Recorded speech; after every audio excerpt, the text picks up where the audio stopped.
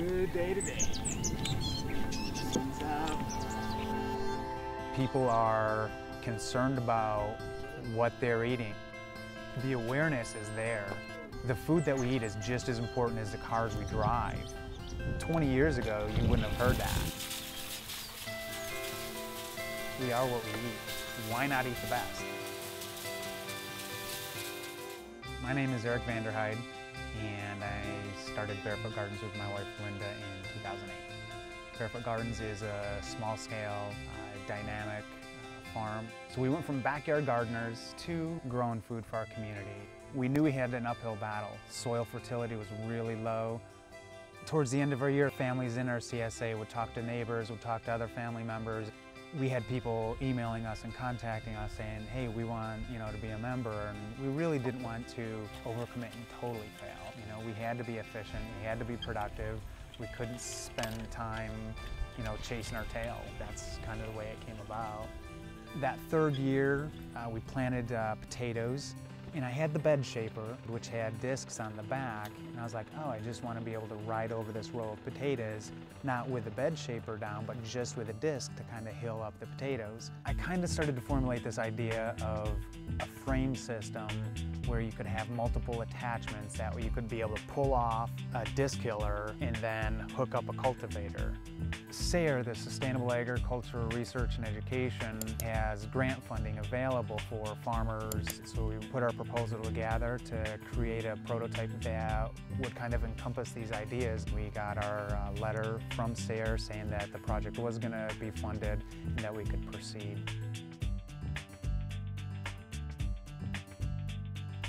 So the main frame was built. It can take 3 different system bars all at one time. You can use 1 bar, you can use 2 bars, or you can use 3 bars. The main frame is the connection to the tractor, a 3-point connection. A lot of the implements that we've created use off-the-shelf products. All it would need would be a different connector piece to attach it to a 2-inch by 2-inch square bar.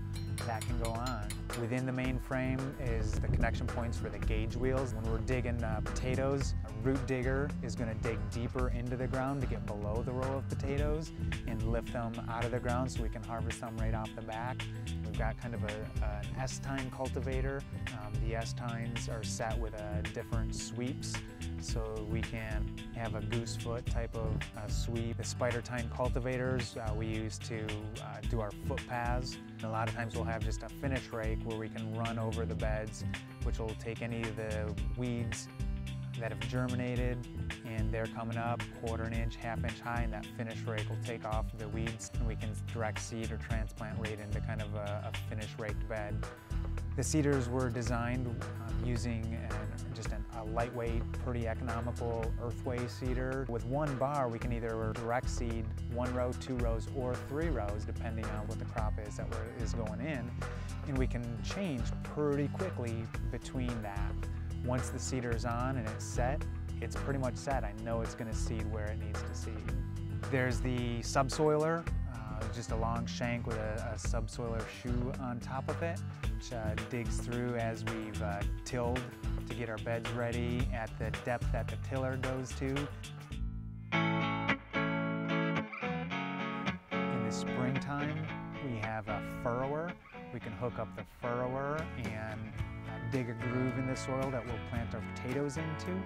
And once the potatoes are planted, we can take that bar off and hook up the disc hiller bar. The disc hiller bar has 2 discs set. We can set the spacing on those to throw the dirt back up on top of the potatoes. We can take off the disc hiller after we're done hilling the discs, and we can hook up a trailer. We've loaded some compost and drive that trailer over to where we need the soil. We'll use the platform on harvest days, back up right underneath the platform, raise the frame and pin the platform in. We can throw empty buckets on, take them out to the field. Harvest crew is out there, they're pulling beets and turnips, and we can just run through with the tractor and load the full buckets back up onto the platform, take it back to the wash pack shed and get it out of the sun.